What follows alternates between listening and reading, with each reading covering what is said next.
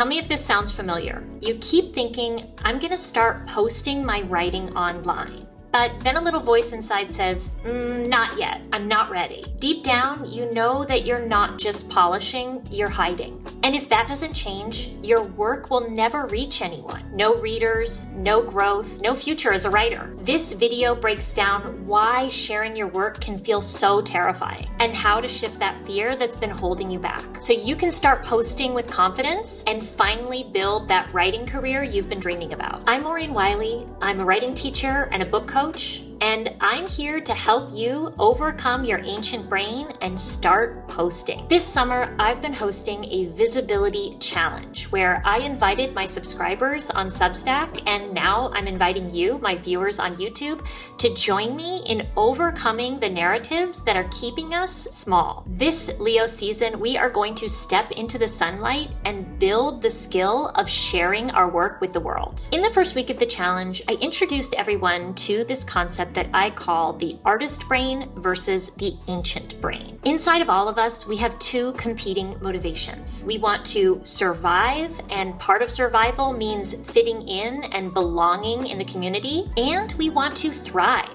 We want to express our creativity and share our unique art with the world. This is your ancient brain fighting with your artist brain. Your artist brain sees inspiration everywhere. When you're in your artist brain, creativity just flows. Artist brain is that feeling when you start to make connections between different ideas. Maybe you're reading a book and it makes you think of another book you've read, or you're listening to a podcast and you get an idea for something that you want to create. Part of living in your artist brain is sharing your gifts with the world. And in our modern society, that's probably going to mean that you post things online. Most people want to connect beyond their immediate circle. And ultimately, it's only when we start feeling comfortable and safe to share our work online that we can connect with our audience of readers. But sometimes when we try to embody the artist brain, our ancient brain pipes up and says, hey, I don't feel safe. The ancient brain is the oldest part of our human psyche, and it's really only concerned with survival. Obviously, most of us understand our basic survival instincts that help us seek things like food, water, and shelter. But what you might not realize is that part of that survival instinct is staying in connection with your tribe. To the ancient brain, belonging is the only thing that matters.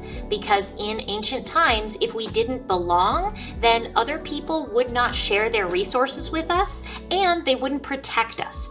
And if we were ostracized or kicked out of the group, then we were at risk of perhaps starving or even freezing to death. This is why so often when I encourage people to start posting their work online or sharing their gifts with the world, they immediately start to tell a story about how it's going to lead to disaster and ruin. But the only difference between these two sides of your brain is the story you're telling yourself. It is totally possible to acknowledge that your ancient brain is trying to keep you safe and still step into your artist brain and start posting. Part of entering into artist brain mentality is to rewrite your narrative about what it would mean to share. Artist brain sees the world full of abundant creativity, and that includes every single person, including you. Someone living in their artist brain knows that they have something worth sharing, and that thing that they want to share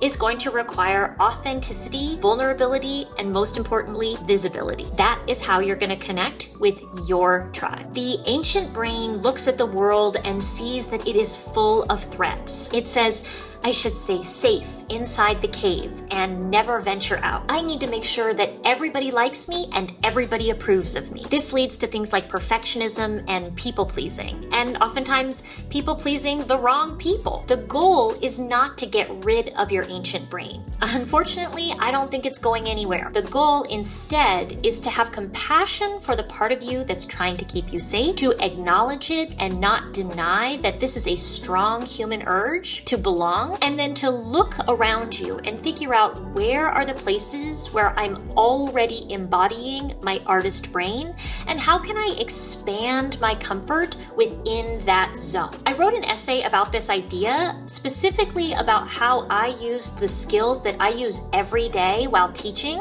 in order to do things like make YouTube videos, write essays on my Substack, and lead coaching calls for my book coaching business. If you want to check that out, you can see the link below. Speaking of coaching is a great way to start to rewrite your narrative in order to start embodying your artist brain. This can look like starting to tell other people about your work.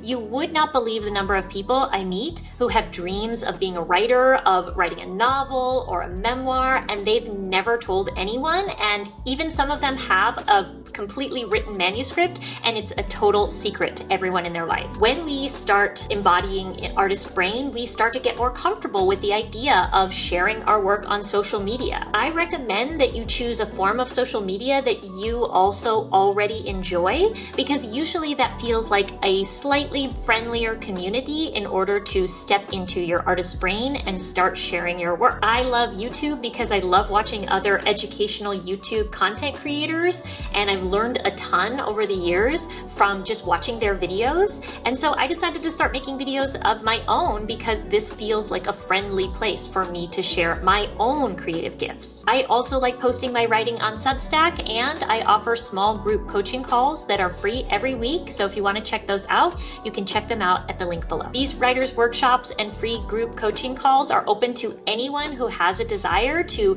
learn how to write a story that works, and more importantly, learn how to start sharing it. Because what's the point of doing all that work if you don't have readers on the other side? Embodying your artist brain also means not giving up, not quitting on your novel halfway through, not giving up your dreams of sharing your creative work with the world, not telling yourself that you have more important things to do. That's your ancient brain telling you that you need to focus on survival. And of course, I'm not suggesting that you should disregard your basic survival instincts in order to do something that scares you so much that you're actually putting yourself in danger. But it's amazing to me how many people can overcome their initial hesitation of posting their work or sharing it on social media once they understand that we can just have compassion and hold space for our survival brain, but it doesn't have to be the one driving the show. But it is not in the driver's seat. It is not the one making our decisions. Another great way to tap into your artist brain is to connect with other people who are on the same journey as you. If you're interested in joining my Leo Season Visibility Challenge, you can sign up at the link below, and you can come to our weekly coaching calls and share your wins. The whole point is that we are looking for our new tribe, our artist tribe, our reader tribe, the people who appreciate the work that we have to put out into the world, and anyone who doesn't, they're not invited to the party. Being visible doesn't have to be painful. Instead, I find this to be true. When you share your work from your artist brain, it feels expansive and empowering. Every time I make a video and I get a comment from somebody that it helped them to see themselves or see their writing or their creative work in a new way, it makes me feel like I am living my purpose. When I host a group coaching call and someone has a breakthrough in their story, I feel the greatest natural high I've ever encountered. I believe that feeling is available to anyone. There is nothing that says that you can't tap into your artist brain. And if any doubts or fears come up along the way, I'm here to support you and I'm here to coach you. Leave me a comment below letting me know what's holding you back from finally starting to share from your artist brain. I'll reply to every single one with my insights into how you can start to cultivate your artist brain. Thank you so much for watching, and I'll see you next time.